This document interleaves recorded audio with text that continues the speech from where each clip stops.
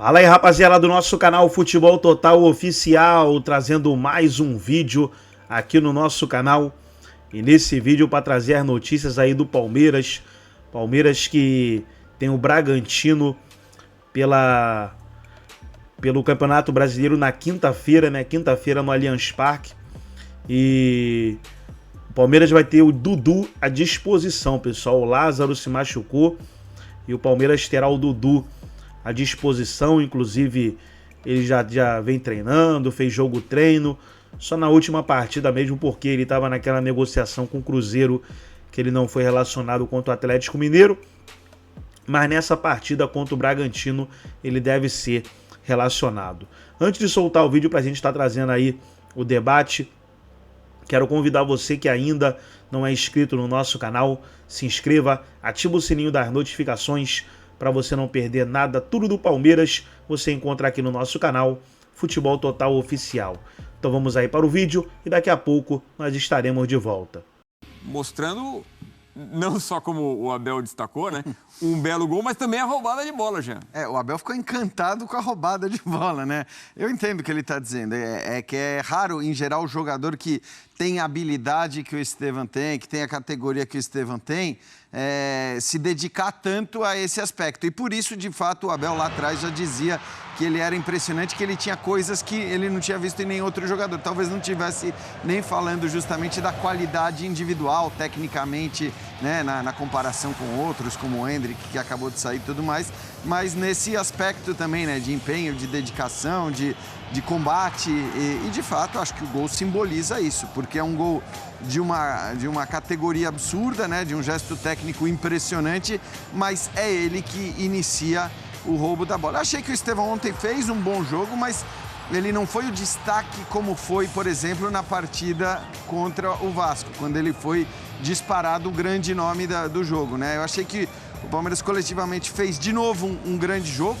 e o Palmeiras não tinha feito bons jogos nessa temporada para mim. Talvez a gente pudesse destacar a final contra o Santos, mas era uma temporada até uma semana e meia atrás muito fraca do Palmeiras do ponto de vista de desempenho dentro de campo. Quer dizer, muito fraca que eu digo, claro, nos padrões do que a gente se acostumou a ver com o Palmeiras. E aí ele emenda duas grandes atuações, evidentemente essa com um valor maior, porque hoje o Vasco não vive um bom momento, então uma coisa é você receber o Vasco no seu estádio, a outra é você jogar contra o Atlético Todo-Poderoso fora. E é bom que se diga, né? A gente está falando muito da expulsão, tá? Mas para mim, pelo menos, o melhor momento do Palmeiras no jogo foram aqueles 25 minutos iniciais, a primeira meia hora de jogo em que o Palmeiras se impõe, né, contra o Atlético, que tem a qualidade que tem, marca alto, rouba a bola, já fazia por merecer na hora que consegue o primeiro gol e, curiosamente, até depois da expulsão, o Palmeiras dá uma recuada, acho que também talvez por falta de condição de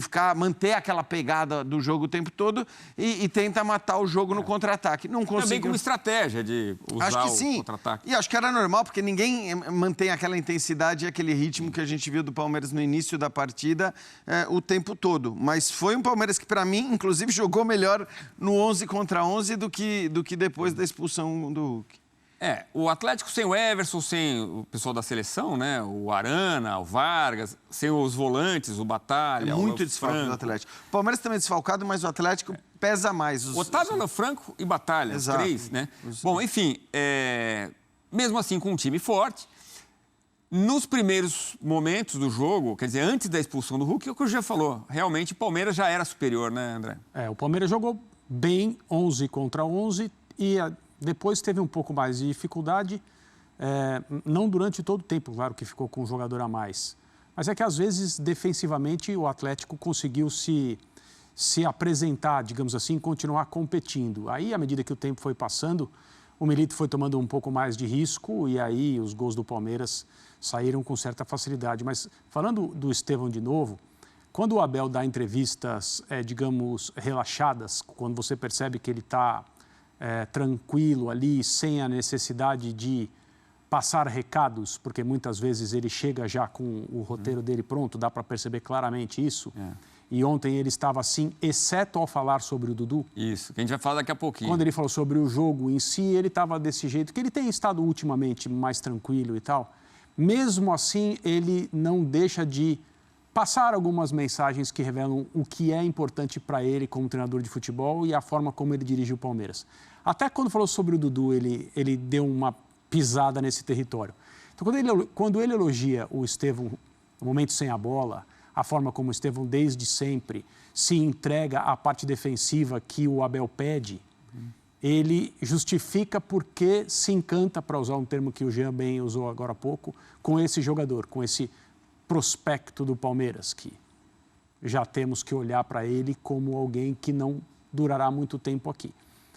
E aí, quando ele fala sobre o Dudu, no trecho em que ele diz o que ele sempre pediu ao Dudu, que é a mesma coisa que ele pede a todos os outros, e quem não fizer, não joga. Ele falou sobre, no trecho sobre o Dudu, ele falou assim, quem não fizer isso, não joga. No meu time, não joga. E é exatamente o que o Estevão faz.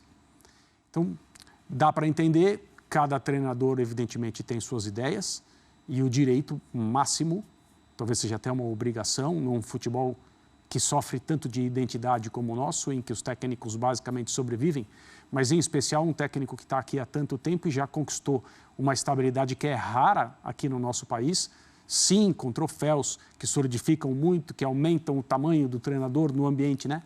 Mas o Abel hoje ele pode fazer o que ele acha correto, independentemente de uma preocupação com pressões, que eu acho que ele pouquíssimo sofre.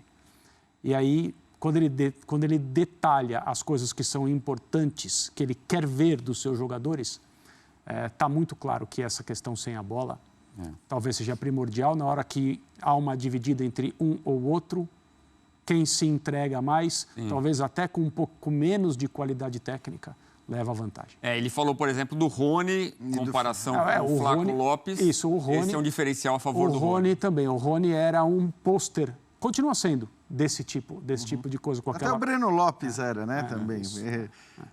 Muito bem, vamos para os estados que vai, Dudu, né? Que gostaria que ele fosse, deixa claro isso, né? E no final do dia ele declara que fica e o Abel Ferreira fala, depois da goleada, dá todos esses recados pro Dudu, que a gente já falou ali no sofá, espera um comprometimento. Eu estou muito curioso para saber quais serão os próximos passos. O Dudu treinou nesta terça-feira.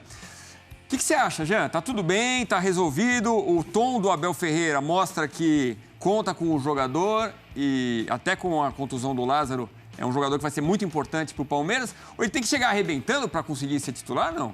Então, Edu, bom, primeiro que sim, resolvido tá. Tudo bem, eu já não sei, né? Acho que a gente vai ver com o andamento das coisas. Agora, resolvido tá porque o Dudu resolveu, ele fica no Palmeiras, apesar da presidente desejar, aparentemente, que ele saísse, né? Era o desejo dela e acho que ela externou isso a partir do momento que o acordo com o Cruzeiro tinha sido feito. Olhando para o campo, né? E eu disse isso antes do Dudu tomar a decisão, né? Se ele ia para o Cruzeiro, se ele ia para o Palmeiras, e no fim a decisão foi a decisão do Dudu, mas eu entendo que assim, um jogador com a categoria do Dudu, você não contrata numa janela de meio de temporada, rapidamente, assim. Então eu acho que para o Palmeiras acaba sendo bom tecnicamente a permanência do Dudu.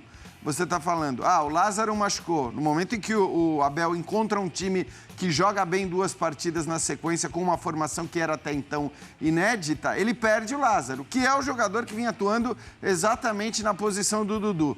Isso significa que o Dudu vai ser titular contra o Bragantino? Duvido. Duvido muito que ele comece jogando. Mas por condições físicas? Por condições físicas. Porque é claro que se o Dudu tivesse 100%, fisicamente bem, aí não tem por que você abrir mão de um jogador com essa qualidade técnica, que talvez o Dudu seja ainda o jogador de maior qualidade técnica do elenco do Palmeiras. Então, acho que é bom para o Palmeiras poder contar com o Dudu na segunda parte da temporada, porque dificilmente faria uma contratação desse nível técnico. A gente não sabe como ele está fisicamente. É verdade, mas aí acho que a expectativa é de que ele consiga voltar ainda aqui aos poucos, porque é um jogador que a gente lembra, não tinha lesão nunca, era um dos caras que mais jogava no Palmeiras, ano após ano, sempre um dos caras com a maior minutagem. O Abel até falou disso na entrevista dele. Então, acho que assim, é um jogador que tem tudo para ser útil para o Palmeiras do ponto de vista técnico, mas eu acho que essa entrada dele vai ser gradual. Então, que o torcedor não se espante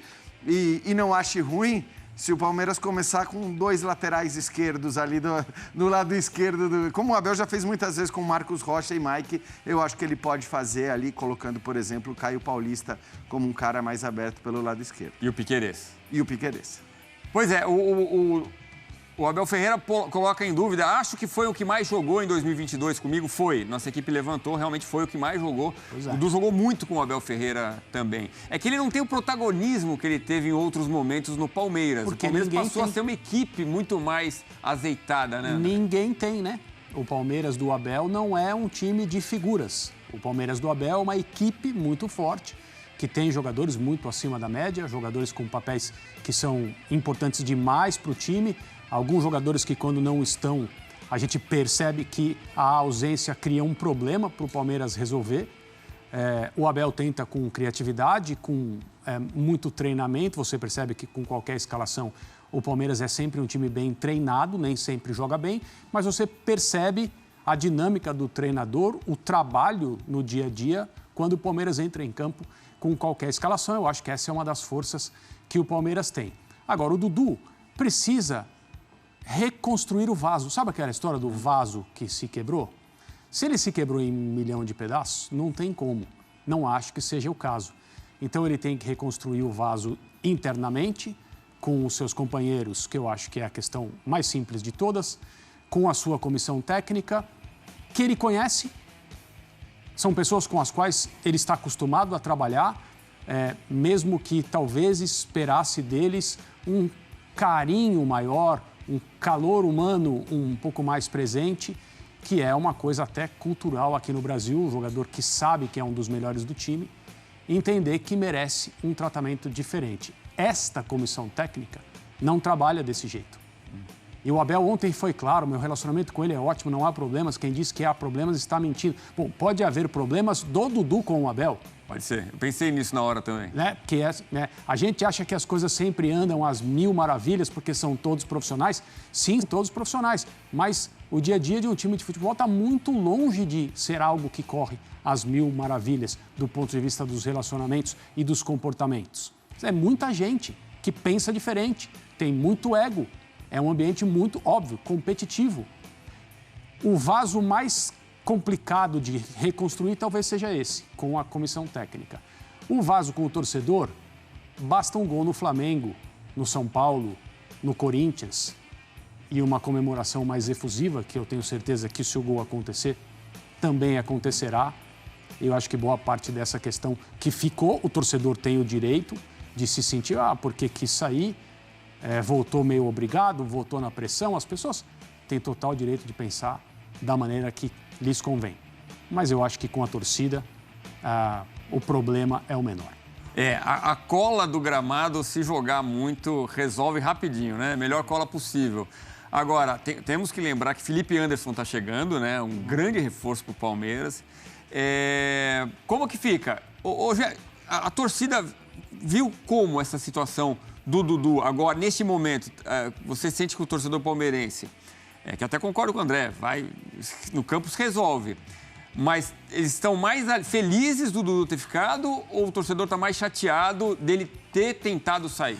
Você sabe, Edu, eu acho que nem sempre as redes sociais são um bom termômetro disso, mas na hora que o Dudu postou aquele comunicado dele, eu fui correndo para dar uma olhada em quais eram as mensagens, qual foi o tom, né, do torcedor. Os comentários embaixo. Os comentários. E, assim, me parece que, na maior parte, o que eu tô vendo, a torcida gostou da permanência. É um pouco aquilo que eu falei. Eu acho que não tem muita discussão em relação à qualidade do jogador, né? E, no fim das contas, qualquer torcedor gosta de jogador bom no seu time, de jogador que pode resolver. Esse é um cara que tem ainda uma história absurda, é o grande símbolo e o grande ídolo dessa virada que o Palmeiras deu desde 2015. Então, eu vou muito na linha do que disse o André em relação à facilidade de reconstrução desta relação com a torcida. A relação com o técnico, que talvez seja mais problemática, porque essa influencia no dia a dia dos jogos, né, na escolha, se vai jogar, se não vai jogar e tudo mais. Eu acho que da Leila pode ser pior, a Leila pode estar mais irritada ainda do que o Abel com o Edu, mas essa conta menos. Vai contar na hora que, eventualmente, se um dia o Dudu quiser renovar com o Palmeiras e a Leila vai falar não, não vai renovar porque você fez aquilo. Mas isso daí é para 2025, não é um problema de agora. Porque ela fala, deixa claro, o Dudu tem contrato até 2025 e aí é o final da história. Agora, e se ele arrebentar em campo? Então, aí ela pode mudar de ideia assim, também, a gente né? querer fazer previsão em relação a 2025 sem saber o que o Dudu vai jogar... Eu acho que foi muito mais um recado da Leila para que ele saísse do que realmente um desejo de fazer... Era um empurrão da Leila para que ele fosse para o Cruzeiro. E aí eu acho que esse desejo de saída que a Leila tinha, ela também tem uma explicação muito clara. 60 milhões de reais. Porque se você fizer as contas dos salários do Dudu, mais aquilo que o Palmeiras receberia, é um jogador de 32 anos, tá? Você chega a conta, 60 milhões de reais é um bom dinheiro, né? Que você vai entre economizar e receber do Cruzeiro. Então eu acho que ela estava olhando muito para esse aspecto. Agora, no aspecto técnico, para mim não tem muita discussão. O Palmeiras não tem uma fartura de atacantes como alguns dos seus concorrentes do Campeonato Brasileiro. E aí, até para responder a sua pergunta, assim, era óbvio que há 2 meses, se a gente imaginasse a volta do Dudu, a chegada do Felipe Anderson e o Estevão não estourando como está estourando aparentemente, você podia imaginar o Dudu do lado esquerdo, o Felipe Anderson do lado direito, Rafael Veiga centralizado e um centroavante, o Rony ou o Flaco Lopes. Hoje já não é assim. Porque o Estevão não vai sair desse time com o que está jogando, e ele joga pelo lado direito. O Veiga também voltou a jogar bem, joga centralizado. Aí você tem o Felipe Anderson chegando, que é um cara que costuma jogar mais nestas 2 posições, ou direita ou centralizado. O Dudu... Então, eu acho que agora as cartas estão meio embaralhadas ali. O Lázaro se machucou, porque também vinha fazendo um bom papel. Mas é claro que, assim, num calendário como o brasileiro, se você ter 5 ou 6 jogadores de qualidade para o ataque, em momento algum vai ser ou deveria ser um problema. Então tá aí, pessoal, foi o vídeo da ESPN Brasil, todos os créditos, direitos autorais e agradecimentos. Estarei deixando o link na descrição desse vídeo, onde os comentaristas debateram aí sobre o Palmeiras e o Dudu. Gostou do vídeo? Deixe o seu like, se inscreva no canal, ative o sininho das notificações. Forte abraço a todos e até nosso próximo vídeo aqui no nosso canal Futebol Total Oficial.